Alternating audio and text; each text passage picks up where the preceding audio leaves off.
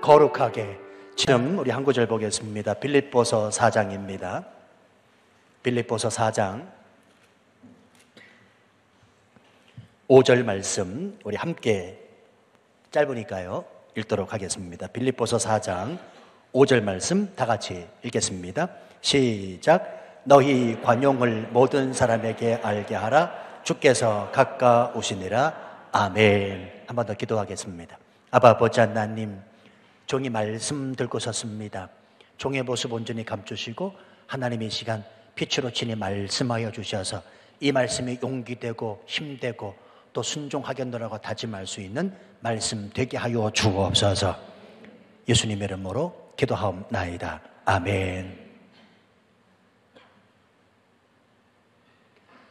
목회를 하면서 사람들을 많이 만나게 됩니다. 그 사람들을 만나 관계를 하다 보면 그 상대방 사람에게 제가 끌리는 경우가 있습니다. 여러분 오해하지 마십시오.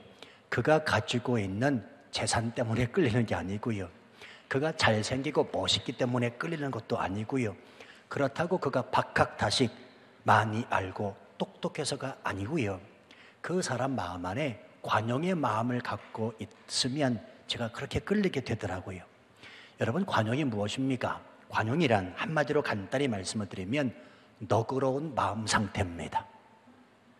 좁디 좁은 속 좁은 사람이 아니라 넓은 마음, 포용력 있는 마음을 가진 사람이 너그러운 상태, 즉 관용의 마음을 가지고 있는 사람이라는 것입니다. 우리가 잘 알고 있는 미국 대통령이었던 이 아브라함 링컨에 관한 일화가 참 많이 있는데요. 링컨이 대통령 선거에 출마했을 때였습니다. 당시에 그를 몹시도 비난하는 사람이 있었다고 하지요. 바로 반대당에 소속된 사람으로서 그 당시 법무장관이었던 에드윈 스턴턴이라는 사람이었습니다. 이 사람은 성품이 아주 강직하고요, 독한 아주 독설로 유명한 사람이어서 그는 대놓고 링컨을 비난했고 아주 심한 모욕적인 발음도 서슴지 않았다고 합니다. 그는 사람들에게 이런 말을 하고는 했다고 해요. 여러분, 링컨의 얼굴을 한번 봐주시기 바랍니다. 그 얼굴이 도대체 우리나라의 대통령이 될 얼굴입니까? 저는 고릴라를 잡기 위해서 아프리카로 가야만 되는 줄 알았습니다. 그러나 이제는 생각을 바꾸었습니다. 링컨의 고향에 가면 얼마든지 고릴라를 잡을 수 있다는 것을 깨달았기 때문입니다. 사람이 제일 치사한 게요, 생긴 얼굴 가지고 뭐라고 그러는 거잖아요. 근데 이 스턴턴이라는 사람은 링컨에게 이런 독설을 했다는 말입니다. 자, 그런데 이후에 링컨이 대통령이 되었고요. 링컨이 대통령이 되고 나서 제일 먼저 한 일이 뭐냐면 놀랍게도 자신을 이토록 비난했던 이 스턴턴을 국방장관에 임명한 일이었습니다. 이 많은 사람들이 비난했습니다. 반대했습니다. 어떻게 그 선거철에 당신을 그렇게 비난했던 사람을 국방장관에 기용할 수 있냐고요. 그럼에도 불구하고 링컨은 그를 감쌌고 자기의 과거에 자기를 비난했던 스턴턴의 그 모든 잘못들을 깨끗하게 용서해 주었다는 사실입니다. 이 마음을 알아서였을까요? 과연 스턴턴은 링컨의 기대에 어긋나지 않았고 링컨을 도와서 훌륭한 업적을 많이 남겼다고 하는데요. 뒤에 링컨이 암살을 당했을 때 제일로 슬퍼했던 사람이 바로 이 스탠턴이었고 그는 링컨 시신 옆에서 이러한 유명한 말을 남겼습니다. 여기에 인류 역사상 가장 위대한 통치자가 누워 있습니다. 이제 그의 이름은 인류 역사상 영원히 기념될 것입니다. 여러분, 미국에 많은 대통령이 있었지만 오늘날까지도 링컨의 그 위대함이 사람들의 입술에서 오르내리는 그 이유는 무엇이라고 생각했습니까? 정치를 잘했기 때문이라, 그가 남긴 업적 때문이라. 예, 그럴 수도 있겠습니다만 저는 개인적으로 링컨이 링컨 될 수 있었던 그 이유는 많은 사람들에 대한 그의 관용하는 마음, 너그러운 마음, 포용하고 수용할 줄 아는 이 마음에 있었다고 생각합니다. 그렇습니다, 여러분. 너그러운 마음을 가진 사람 정말 매력이 있고요. 매사에 유하고 포용력이 있고 사랑이 있습니다. 몇 해 전에 여론조사기관에서 젊은이들을 상대로 설문조사를 한 일이 있었습니다. 가장 이상적인 배우자의 조건이 무엇인가를 묻는 설문조사였는데요. 71%가 좋은 성격이 나왔대요. 좋은 성격. 그런데 또 다시 물었습니다. 그렇다면 어떤 성격을 원하느냐? 그러자 대다수 이런 답이 나왔다고 합니다. 너그러운 성격의 소유자. 너그러운 성격의 소유자. 바로 이 사람이 좋은 성격을 가진 사람이고 이 좋은 성격을 가진 사람을 배우자로 원하고 있었다는 말입니다. 여러분, 우리가 예수님을 다 같이 신앙하고 있지만 예수님이야말로 관용의 모습을 보이신 분 아니겠습니까? 마음이 너그러우셨습니다. 용서하시고 또 사람들을 가슴에 품고 안으셨습니다. 그래서 우리가 그 예수님을 믿는 것 아니겠냐고요. 제가 이 말씀을 준비하면서 이 관용이라고 하는 단어를 찾아보니까요, 상당히 깊은 의미가 있더라고요. 이 관용이 무슨 뜻이냐? 원어적 의미를 살펴보면 당연한 자신의 권리를 포기하고 다른 사람을 향해 너그럽게 대하는 태도, 즉 너그럽게 받아들이거나 남을 용서하는 것까지를 포함하고 있습니다. 자, 그렇다면 여러분, 그분이 누구십니까? 예수님이잖아요. 그러니까 우리가 그 예수님을 믿는 것이고 예수님을 향한 끌림, 그 예수님에 대한 매력이 있기 때문에 오늘도 저와 여러분이 이 교회에 찾아 나오신 줄로 믿습니다. 제가 이 말씀을 준비하면서 이 관용이라고 하는 단어를 다른 성경 번역도 한번 찾아봤는데요.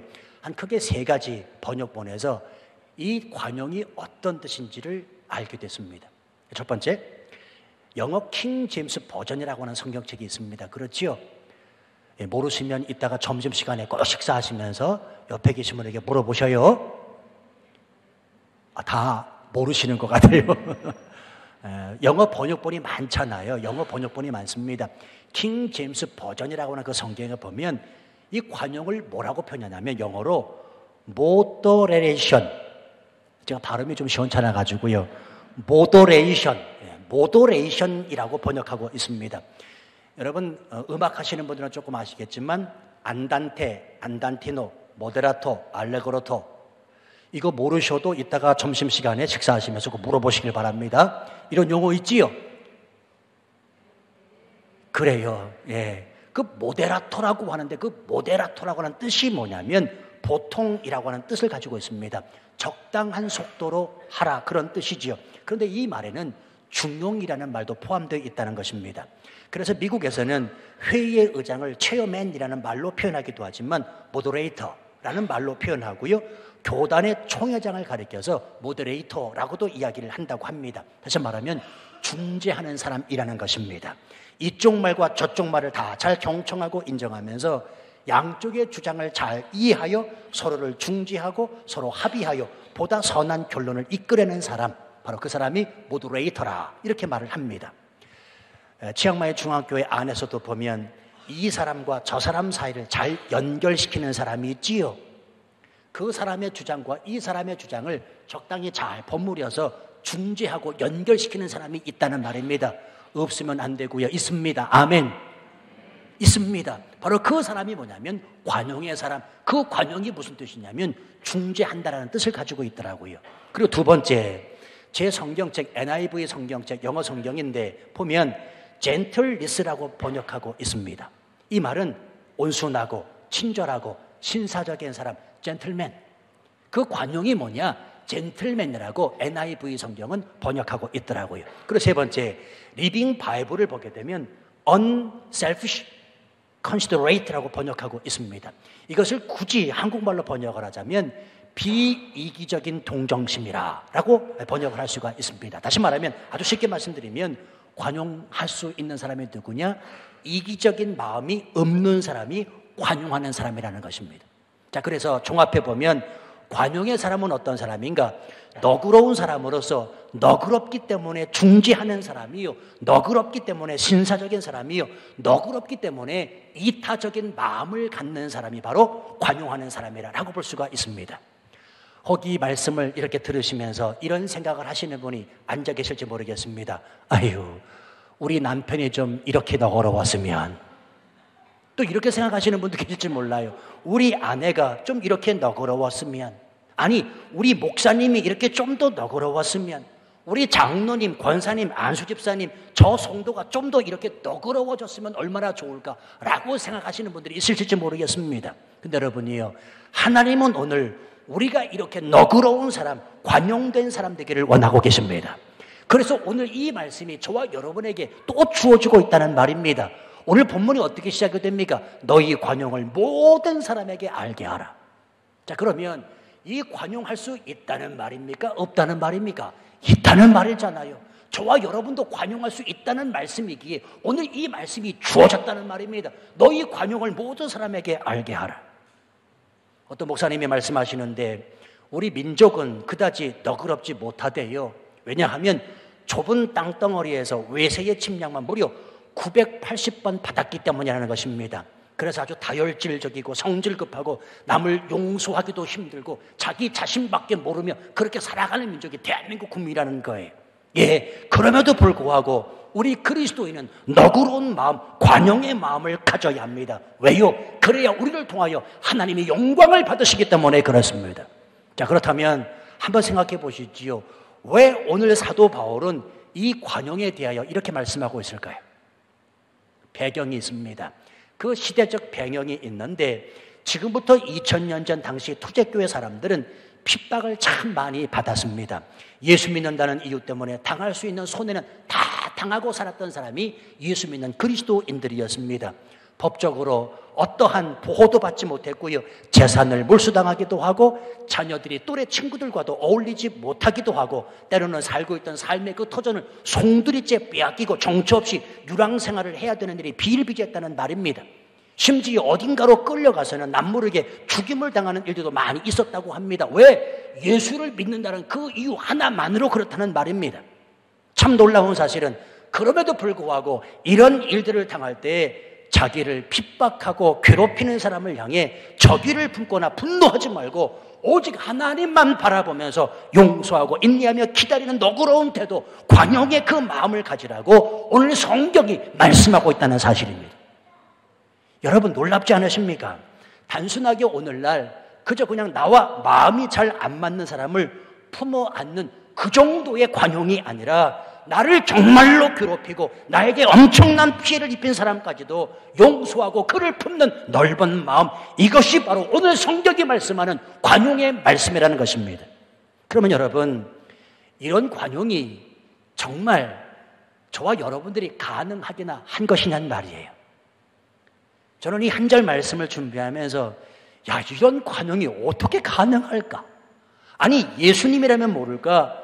평범한 일상을 살아가고 있는 저와 여러분들에게 오늘 성경이 말씀하는 이 관용을 과연 지키며 살아가는 사람은 과연 몇이나 될까라고 하는 그 마음 때문에 주눅이 들지 않을 수가 없었습니다.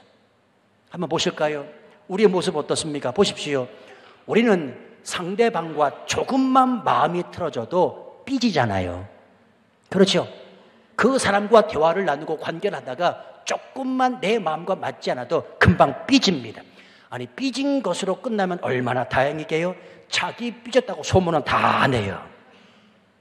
그리고는 주님 마음 아프게 하고 목사 마음 아프게 한다는 말입니다.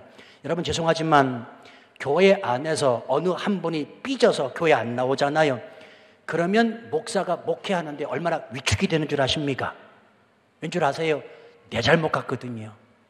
제가 잘못 가르쳐서 그런 것 같거든요. 제 부덕의 소치로 여기기 때문에 제 목회하는데 위축이 됩니다. 이 목회를 더 이상 해야 되나 말아야 되나 그런 생각까지 듭니다. 더더군다나 김 목사는 더 그렇습니다. 왜? 저는 강심장 아니거든요. 여러분 앞에 서 있는 김 목사 굉장히 약한 심장 가지고 있습니다. 뭐 소리 지르고 말이죠. 뭐 찬양을 기타 치면서 그렇게 하니까 뭐 대단한 심장을 가지고 있는 것처럼 보이십니까? 안 그래요. 절대 그렇지 않습니다. 저를 개인적으로 만나보신 분들은 아시지요? 저 강심장 아닙니다. 그래서 누가 삐져가지고 교회 안 나온다 그러면 다 내 책임 같고요. 목회 위축이 얼마나 되는지 모릅니다. 예, 물론 교회가 사람이 모인 공동체니 삐질 수도 있고 상처를 주고받을 수도 있다고 생각을 합니다. 그러나 요는 무엇입니까? 삐진 마음, 상처받은 마음이 치료받는 것이 교회가 돼야 되잖아요. 교회가 돼야 되잖아요. 그런데 보면 교회에서는 이상하게 한 번 삐지면 상처받으면 그걸로 그냥 끝입니다. 조금의 용서도 없고 다시는 그 교회를 쳐다보기도 싫다라는 말입니다. 이게 바로 저와 여러분의 모습이라는 말입니다. 여러분 기억하십시오. 그럼에도 불구하고 우리가 이 관용하는 사람이 돼야 되는 이유는 오늘 성경이 말씀하고 있기 때문이요. 그 관용의 출발이 무엇이냐면 십자가이기 때문에 그렇습니다. 십자가의 의미를 깊이 깨닫고 그 사랑 안에 거할 때 우리는 할 수 없지만 성령께서 도와주시는 그 힘 가지고 관용의 사람이 될 수 있다는 말입니다. 여러분, 하나님을 알아가면 알아갈수록 우리의 믿음이 깊어집니다. 믿음이 깊어지는 방법은 간단합니다. 하나님을 끊임없이 깊게 알아가는 겁니다. 하나님을 알아가면 알아갈수록, 아니 하나님을 아는 만큼 지금 내 믿음 생활이에요. 아십니까? 여러분, 지금 저와 여러분의 믿음 생활은 내가 아는 만큼의 하나님에 대한 지식을 가지고 신앙생활하고 있는 겁니다. 더 이상 아닙니다. 내가 하나님을 어떻게 아느냐, 그 아는 만큼 내가 믿음 생활을 할 수 있다는 말입니다. 마찬가지입니다. 십자가가 무엇인가를 알면 알수록 사람을 대하는 모습이 달라지고 그 모습이 관용의 태도로 나타날 수 있다는 말입니다. 여러분 보십시오. 못 박힌 십자가 위에서 자신을 못 박은 자들을 향하여 예수님은 이렇게 말씀하셨습니다. 아버지여, 저들을 용서하여 주옵소서. 자기들의 하는 것을 알지 못함이니이다. 이것이 바로 나를 관용하시는 하나님 아버지의 사랑이요 용서요 긍휼이라는 사실을 우리가 잊어서는 안 됩니다. 그래서 여러분, 관용의 본질은 그 사람을 불쌍히 여기는 데 있습니다. 다시 말하면 관용의 본질은 무엇이냐? 그 사람을 주님의 시각으로 긍휼히 여기는 것이라는 말입니다. 그 사람을 품어 안고 그 사람을 너그럽게 받아들이는 것, 나를 십자가에서 용서하셨고 품으셨던 그 긍휼의 마음을 갖고 있는 것이 관용할 수 있는 사람이라는 것입니다. 이 긍휼에 관하여 영성가 헨리 나우는 이렇게 말합니다. 긍휼은 함께 살아가는 생활 방식이다. 긍휼은 함께 살아가는 생활 방식이다. 여러분, 혼자 살면 긍휼이 필요 없습니다. 그렇죠? 긍휼은 두 사람 이상이 있어야 필요한 겁니다. 그래서 영성가 헨리 나우엔이 그렇게 말하는 겁니다. 긍휼은 함께 살아가는 생활 방식이다. 인간은 함께 어우러져 살아가야 하기 때문에 서로에게 불쌍한 마음이 반드시 있어야 된다는 말입니다. 그러면서 그는 한마디 더 붙입니다. 온 세계를 품을 수 있는 치유의 공간으로 우리의 마음을 넓게 확장하는 것이 긍휼이다. 모든 사람을 품고 그들의 심신을 고쳐주는 공간, 이것이 바로 긍휼로 넓어진 마음이고, 이것이 있을 때 누구에게나 우리는 관용할 수 있다는 것입니다. 그런데요, 솔직히 우리의 마음은 굉장히 이해 타산하기 쉽습니다. 그리고 우리는 자기 계산에 빠져 살아갈 때가 얼마나 많은지 모릅니다. 우리에게 좌절을 안겨주고 고통을 안겨주는 사람 쉽게 품지 못한다는 사실입니다. 아무리 신앙생활을 오래 했어도, 아무리 목사가 되어서 수십 년 동안 하나님의 말씀을 가르쳤어도 나를 욕하고 나에게 고통을 주고 나를 좌절시키는 사람을 가슴에 품을 수 있는 그 여유 갖기가 쉽지 않다는 말입니다. 제가 치앙마이에서 목회하면서 성도들을 많이 만나서 이야기를 들어보면 아주 공통된 것이 하나 나와요. 그게 뭐냐면, 치앙마이에서 살면서 가장 힘든 게 무엇입니까? 라고 물으면 사람 관계래. 여러분 동의하시죠? 치앙마이에 사시면서 가장 불편한 것, 가장 힘든 게 뭐냐? 사람 관계라는 겁니다. 사람 관계가요, 좋을 때는 한없이 좋습니다. 그렇죠? 근데 한 번 어긋나기 시작하면, 한 번 깨지면 그것처럼 힘든 게 없습니다. 그게 바로 사람 관계입니다. 그래서 여러분, 사람 관계는 정말 조심하셔야 됩니다. 조심하셔야 돼요.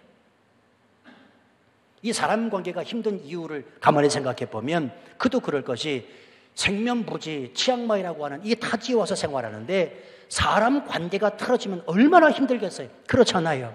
자, 그러면 왜 사람 관계가 틀어지는가? 이것은 제가 14년 동안에 목회하면서 깨달은 겁니다. 사람을 긍휼히 여기는 마음이 없기 때문입니다. 여러분, 무조건 사람을 볼 때 긍휼히 여기는 마음을 가지세요. 긍휼히 여기는 마음을 가지시는 것은 하나님 아버지의 시각이기 때문에 그렇습니다. 그저 있는 그대로 그 사람을 불쌍히 여기면 되건만 어떻고 저떻고 내 생각과 내 이해타산, 내 계산으로 정죄하고 판단하고 비판하는 일이 너무나 많이 있다는 것입니다. 여러분이요, 잘 들으십시오. 그 사람이 술을 먹든 나이트클럽을 가든 가라오케를 가든 돈을 펑펑 쓰든 아이들을 어떻게 교육시키든 신앙생활을 어떻게 하든 먼저는 그 사람을 불쌍히 여기는 마음, 긍휼의 마음을 가져야 된다는 말입니다. 보이는 대로 비판하고 판단하고 정죄해서는 안 된다는 사실입니다.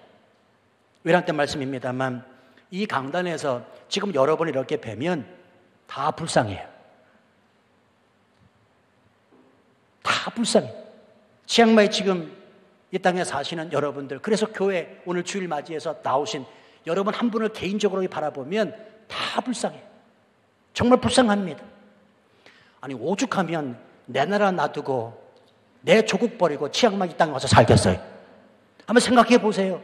얼마나 불쌍합니까? 아니 목사님, 아니요, 난 치앙마이 놀러 와서요. 좋은데요. 여러분, 돈 있으면 치앙마이 왔겠습니까? 그렇잖아. 돈 있으면. 돈이 없으니까 치앙마이 왔지. 그러니까 또 생각해 보면 그것도 불쌍해요. 내 옆에 계시면 쳐다보지 마시고, 쑥스러우니까 그냥 한번 보세요. 그냥 생각하세요. 옆에 누가 앉아 계신지 아시지요? 특별히 부부끼리 앉아 계신 분들 잘 한번 생각해 보세요. 내 남편, 내 아내 생각해 보세요. 불쌍해요? 안 불쌍해요? 불쌍하잖아요. 아니 생각해 보면 불쌍하다니까요. 내 이해 타산과 계산으로 따지지 마시고 하나님의 시각으로 한번 바라보시라니까요. 그냥 생각해 보면 원수 같아도 가만히 생각해보면 불쌍해. 그렇잖아요. 그래도 밥 먹여주네요. 그렇잖아요. 용돈 주잖아요. 그냥 같이 살잖아요. 얼마나 감사한 일이냐고요. 여러분이 그냥 저를 바라보세요. 김 목사 불쌍해요? 안 불쌍해요? 불쌍하지요. 저 이 말씀 준비하려고 어제 8시간, 10시간을 꼼짝없이 앉아 있었다는 사실 아십니까? 나가지도 못하고 그냥 꼼짝없이 앉아가지고 8시간, 10시간 준비한 게 불쌍해요? 안 불쌍해요? 안 불쌍하군요. 여러분 불쌍하게 좀 봐주세요. 우리 아이들 쳐다보세요. 태국어 공부하느라고 한국 애들이 한국말만 잘하면 되지 뭘 태국어를 공부하고 영어를 공부해요. 무슨 부귀 영화를 누리겠다고 하냐고요.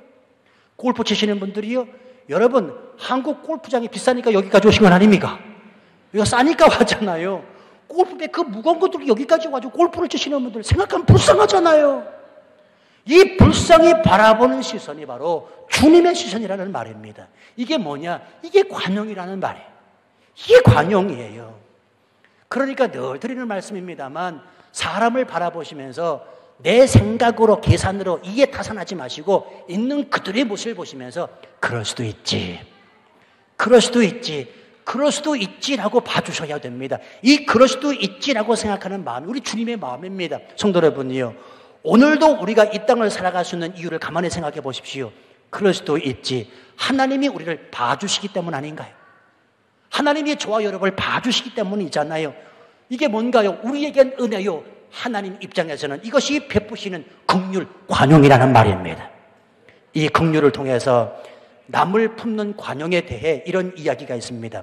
여러분, 우리 몸 안에 있는 대표적인 소화기관이 위죠, 위. 그런데 우리가 우유 1리터를 마시게 되면요, 알부민이라고 하는 성분이 꽤 짙은 농도로 사람의 혈액 속으로 들어가게 되고요, 그 위를 통해서 흡수된 알부민은 우리 혈관 속으로 흘러들어가 좋은 영양분을 공급한다고 합니다.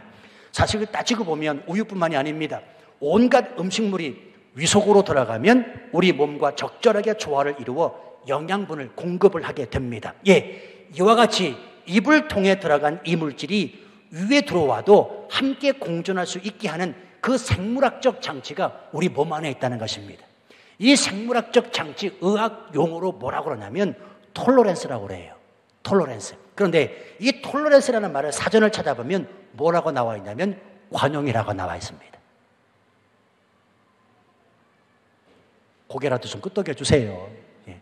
관용이라고 나와 있습니다. 그러니까 무슨 말입니까?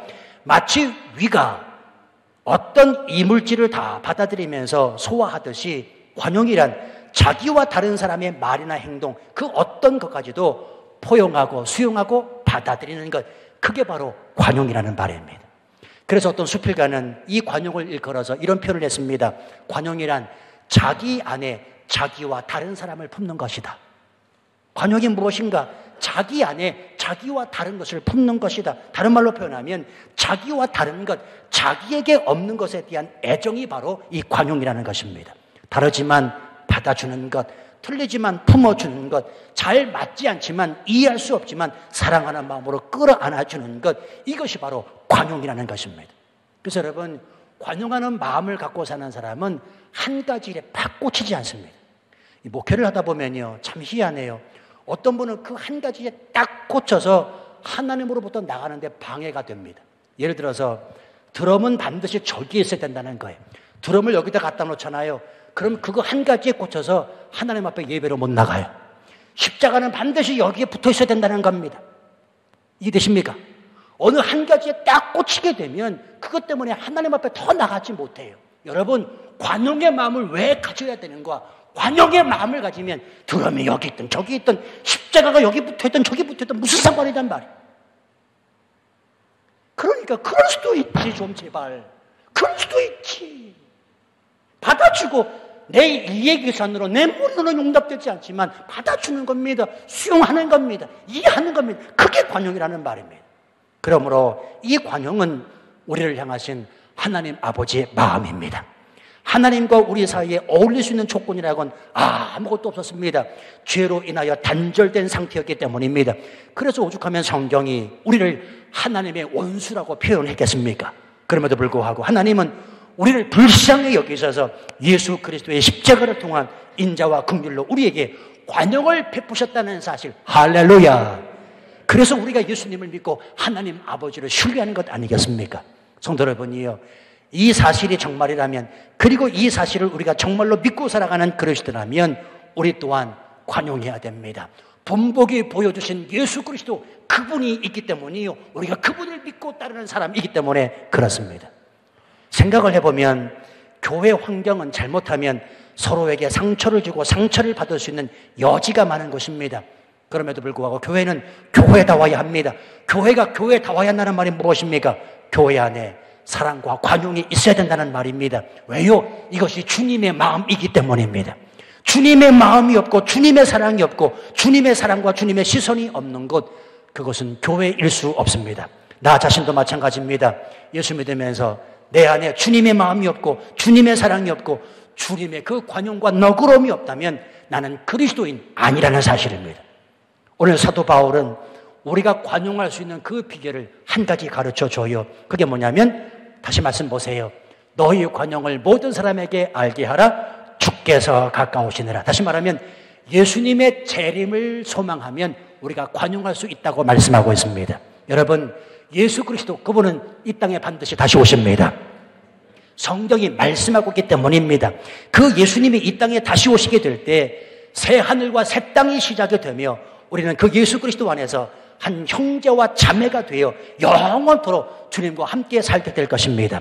그 나라의 영광이 너무나 화려하고 그 나라의 영광이 너무나 크기 때문에 세상에서 받았던 모든 고통과 상처는 다 잊어버리게 될 것이라는 말입니다. 바로 그날을 소망하라는 것입니다. 주께서 가까우신지라. 주께서 이 땅에 반드시 다시 오신다. 이 땅에서 상처받고 이 땅에 상처를 주며 살아가고 있는가? 예수 그리스도가 가졌던 그 관역의 마음을 가슴에 품고 하늘나라를 소망하며 살라. 이것이 바로 오늘 하나님이 저와 여러분에게 주시는 말씀이라는 사실입니다. 그날을 소망하면 그 어떤 사람도 용납할 수 있고 주님이 오시는 날, 그날만 생각하면 아무리 나에게 해를 끼치는 사람도 품어 안을 수 있다는 말입니다. 아주 마음에 확 와닿게 말씀드릴까요? 여러분, 예수님 내일 오신다고 생각해 보시자고요. 내일 종말이 옵니다. 예? 내일 예수님 이 땅에 오신다고 생각해 보세요. 그러면 오늘 품지 못할 사람이 어디 있겠어요? 아니, 그래요, 안 그래요? 그렇잖아요. 내일 종말입니다. 예수님 이 땅에 오십니다. 오늘 품지 못할 사람이 어디 있겠냐고요. 생각을 해보세요. 돈 1,000만 원을 떼먹고 간 사람도 품어 안겠냐, 나 같으면. 그렇잖아요. 예수님 내일 오시는데, 내일이면 종말인데. 그러니까 오늘 성경이 말씀하는 겁니다. 너희 관용을 모든 사람에게 알게 하라. 주께서 가까우시니라. 주의 오실 날을 소망하며 살라라고 말씀하고 있다는 말입니다. 손 여러분이요, 관용의 마음 품기가 쉽지 않습니까? 하늘을 쳐다보시기 바랍니다. 이 땅에 다시 오실 그 주님을 소망하시길 바랍니다. 이 사회에 관용의 사람이 필요합니다. 이 교회 관용의 사람이 필요합니다. 우리 가정에서 관용의 사람이 필요합니다. 오늘 이 시간 하나님이 찾으시는 그 관용의 사람 내가 되시지 않으시겠습니까? 우리 함께 하나님 앞에 찬양을 올려드리죠.